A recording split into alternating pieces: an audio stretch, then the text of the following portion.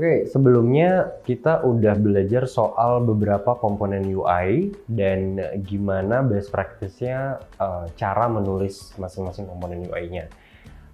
Nah, sekarang kita akan latihan. Saya akan kasih 4 skenario. Yang pertama ini skenario Coach Mark, di mana kalau yang di sebelumnya itu kita akan bahas soal gimana ngatur informasinya. Sekarang kita akan lihat kira-kira kalau misalnya kita melihat ini sebagai sebuah komponen UI, apa yang perlu dilakukan. Lalu yang case 3 berikutnya adalah saya akan kasih skenario soal untuk nulis button atau nulis link. Jadi kita coba satu-satu. Oke, jadi yang pertama ini adalah skenario Coach Mark. Coach Mark ini adalah, again, dia seperti namanya, dia kayak ngasih petunjuk gitu, bahwa ada fitur apa dan apa yang user bisa lihat gitu di dalam fiturnya. Nah, sekarang misalkan ini Gojek lagi, tapi kalau tadi kan di sebelumnya kita belajar Gojajan ya. Hari ini kita akan bahas soal salah satu Coach Mark yang sebetulnya udah ada. Jadi ini memang udah rilis gitu. Tapi saya putar sedikit atau saya ubah sedikit konteksnya. Dan ini konteksnya adalah ceritanya si timnya Gojek ini dia mau coba mengubah atau memindahkan fitur pengaturan. Jadi kalau pengaturan kan biasanya bentuknya gear gitu ya. Nah, si setting ini itu mau dipindahin ke akun. Nah gitu. Dan si fitur akun ini itu munculnya di home. Jadi, nah ini di sini, nah gitu.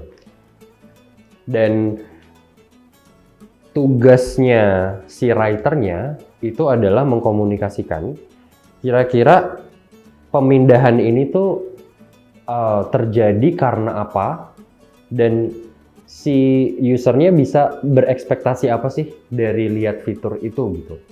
Nah, sekarang di skenario-nya kita lihat ada beberapa informasi penting. Yang pertama adalah bahwa, nah ini ada beberapa fungsi yang bisa user pakai. Yang pertama, user bisa ganti foto, ya kan? Ganti foto profil. Yang kedua adalah usernya bisa lihat pengaturan umum.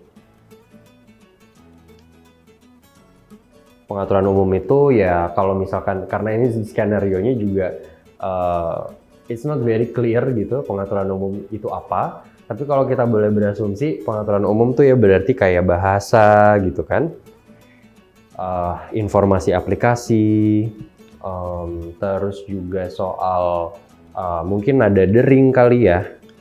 Saya nggak tahu kalau di Gojek itu dia bisa ngatur nada deringnya di aplikasinya atau di handphone. Atau misalkan pengaturan seputar